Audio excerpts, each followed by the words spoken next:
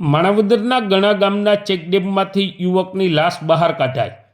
માણાવદર તાલુકાના ગણા ગામે એક દુઃખદ ઘટના સામે આવી છે।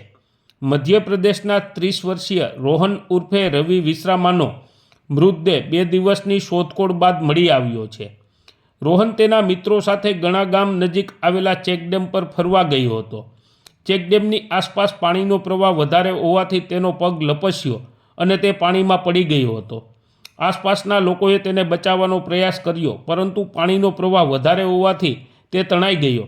ઘટનાની જાણ થતાં માણાવદર મામલતદાર મહેશભાઈ શુકલ, પોલીસ, ગ્રામ પંચાયત અને વહીવટી તંત્રની ટીમ તાત્કાલિક ઘટના સ્થળે પહોંચી ગઈ હતી। એનડીઆરએફની ટીમને પણ બોલાવવામાં આવી હતી। વરસાદ અને ચેકડેમમાં વધેલા પાણીના કારણે શોધખોળમાં મુશ્કેલી આવી રહી હતી, છતાં એનડીઆરએફની ટીમ 2 દિવસ સુધી સતત પ્રયાસ ચાલુ રાખ્યો હતો। માણાવદર મામલતદાર મહેશભાઈ શુક્લએ જણાવ્યું હતું કે મૃતદેહ મળી આવ્યા બાદ પોસ્ટમોર્ટમની કાર્યવાહી હાથ ધરવામાં આવી છે। મૃતક મૂળ મધ્યપ્રદેશના ઉમરિયા બોરાવા ખાર ગામનો રહેવાસી હતો।